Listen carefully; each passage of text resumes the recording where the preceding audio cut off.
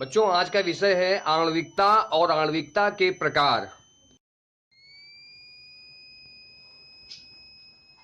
Hello student, मेरा नाम शिवम शुक्ला है। आज मैं आपको बता रहा हूं आणविकता और आणविकता के प्रकार। किसी रासायनिक अभिक्रिया में भाग लेने वाले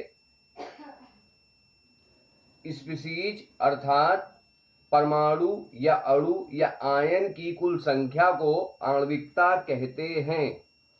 किसी प्राथमिक रासायनिक अभिक्रिया में भाग लेने वाले परमाणु या आयन या अणु की कुल संख्या को आणविकता कहते हैं। आणविकता किसी प्राथमिक रासायनिक अभिक्रिया में भाग लेने वाले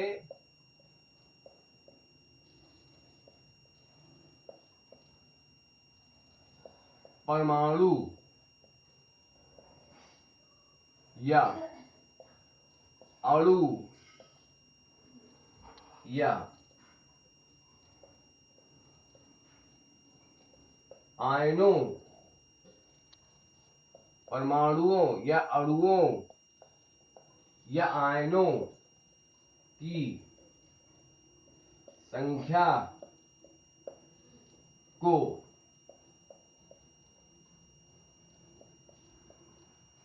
आणविकता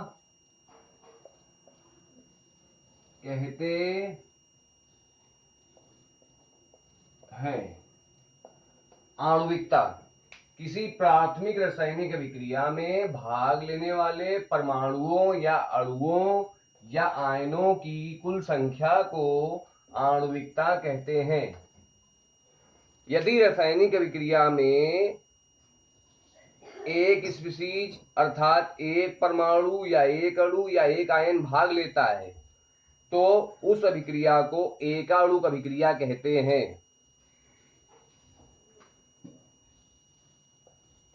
एकाणुक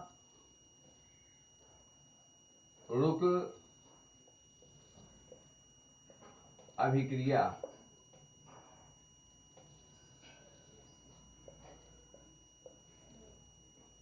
यदि रासायनिक अभिक्रिया में एक स्पीशीज अर्थात एक अणु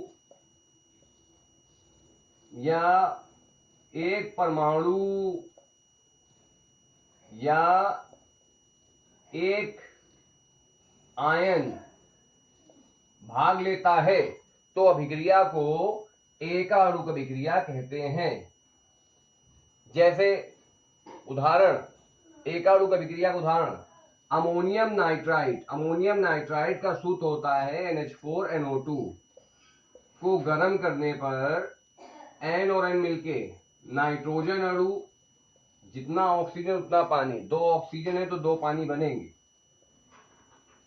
प्राप्त होता है।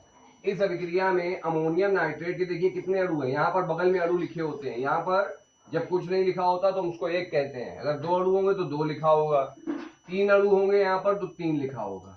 अब यहाँ पर कुछ नहीं लिखा है तो यहाँ पर अमोनियम नाइट्रेट का एक अणु भाग ले रहा है, अतः इस अभिक्रिया की आणविकता एक है।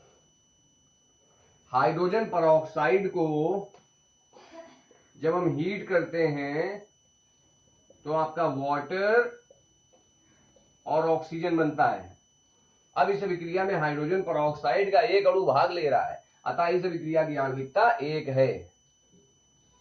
अगला विषय है द्विअणुक अभिक्रिया।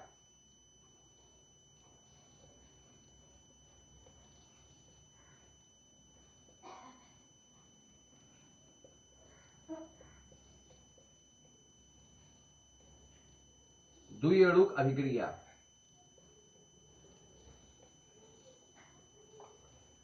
यदि रासायनिक अभिक्रिया में दो अणु भाग लेते हैं, दो परमाणु भाग लेते हैं, दो आयन भाग लेते हैं तो उस अभिक्रिया को द्विअणुक अभिक्रिया कहते हैं। यदि रासायनिक अभिक्रिया में दो अणु भाग लेते हैं तो उस अभिक्रिया को द्विअणुक अभिक्रिया कहते हैं। जैसे हाइड्रोजन प्लस आयोडीन संयोग करके, जुड़ करके हाइड्रोजन आयोडाइड बनाते हैं। यहाँ हाइड्रोजन दो हैं, आयोडीन दो है, इसलिए हमें यहाँ हाइड्रोजन आयोडाइड भी दो लेने पड़ेंगे। तो देखिए, एक हाइड्रोजन अणु और एक आयोडीन अणु, दोनों को जोड़ दिया तो आणविकता हो गई 2। यहां पर आणविकता 2 हो गई। अब आता है त्रिअणुक अभिक्रिया। त्रिअणुक